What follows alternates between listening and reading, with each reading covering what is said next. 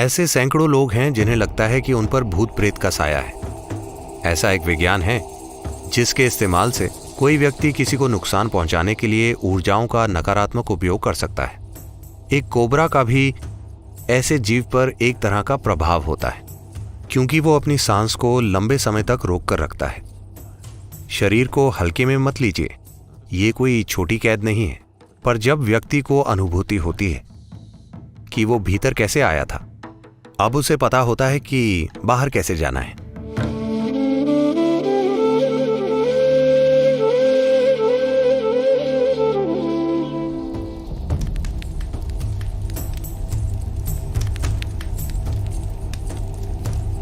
जिस जीव का शरीर छूट चुका है उसका मन समझदार नहीं होता, वो अपनी आदतों के हिसाब से चलता है।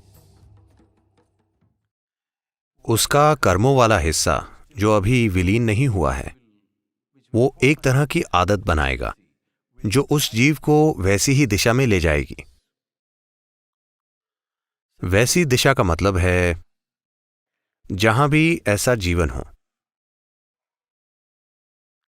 जो बहुत कम सांस लेता हो। उदाहरण के लिए इमली का पेड़।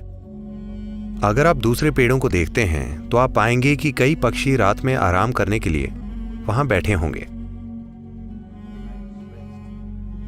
पर कोई भी पक्षी इमली के पेड़ पर नहीं बैठेगा, क्योंकि इमली के पेड़ के चारों ओर ऑक्सीजन का स्तर बहुत कम होता है। वो जीव एक योगी की दिशा में भी बढ़ सकता है जिसकी अपनी सांसों पर एक तरह की महारत है, क्योंकि वो दूसरों जितनी सांसें नहीं ले रहा।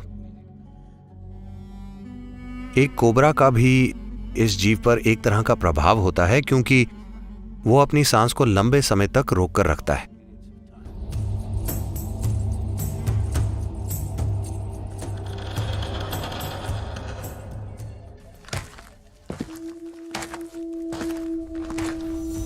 ऐसे सैकड़ों लोग हैं जिन्हें लगता है कि उन पर भूतों का साया है। ऐसा एक विज्ञान है, कोई व्यक्ति किसी दूसरे को नुकसान पहुंचाने के लिए ऊर्जाओं का नकारात्मक रूप से इस्तेमाल कर सकता है। आजकल ये काफी कम हो गया है, बहुत ही कम। पर अगर आप देश के कुछ खास इलाकों में रहते हैं तो वहां ये काफी होता है। अगर आप ऐसे प्रभाव में आए हैं तो आप आकर ध्यान लिंग के दायरे में बैठिए।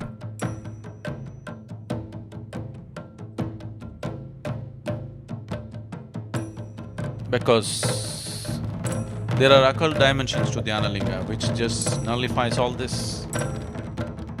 क्योंकि ध्यान लिंग में तंत्र विद्या से संबंधित आयाम हैं जो इन चीजों का असर खत्म कर देते हैं। पूर्णिमा या अमावस्या पर जब आप चीजों को अच्छे से ग्रहण कर पाते हैं, तब बस एक दिन वहां जाकर बैठिए, ऐसी चीजों का असर खत्म हो जाएगा।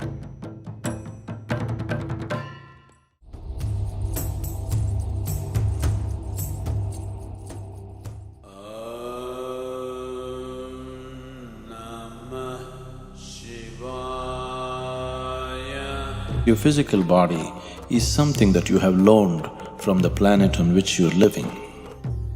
आपने अपना शरीर इस धरती से उधार लिया है, समय आने पर धरती उसे वापस ले लेंगी। लेकिन आपके दूसरे आयाम, खास तौर से आपका कर्मों वाला हिस्सा, वैसा ही बना रहता है। अगर वो जागरूकता के एक निश्चित स्तर पर हो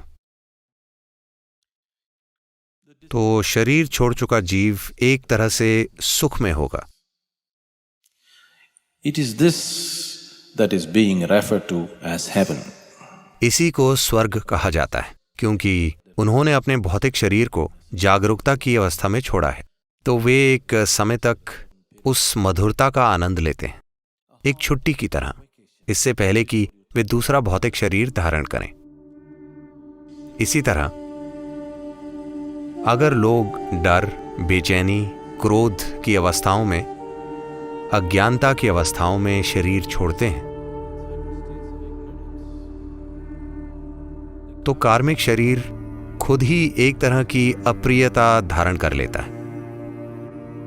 इसी परेशानी की स्थिति को हम नर्क कहते हैं।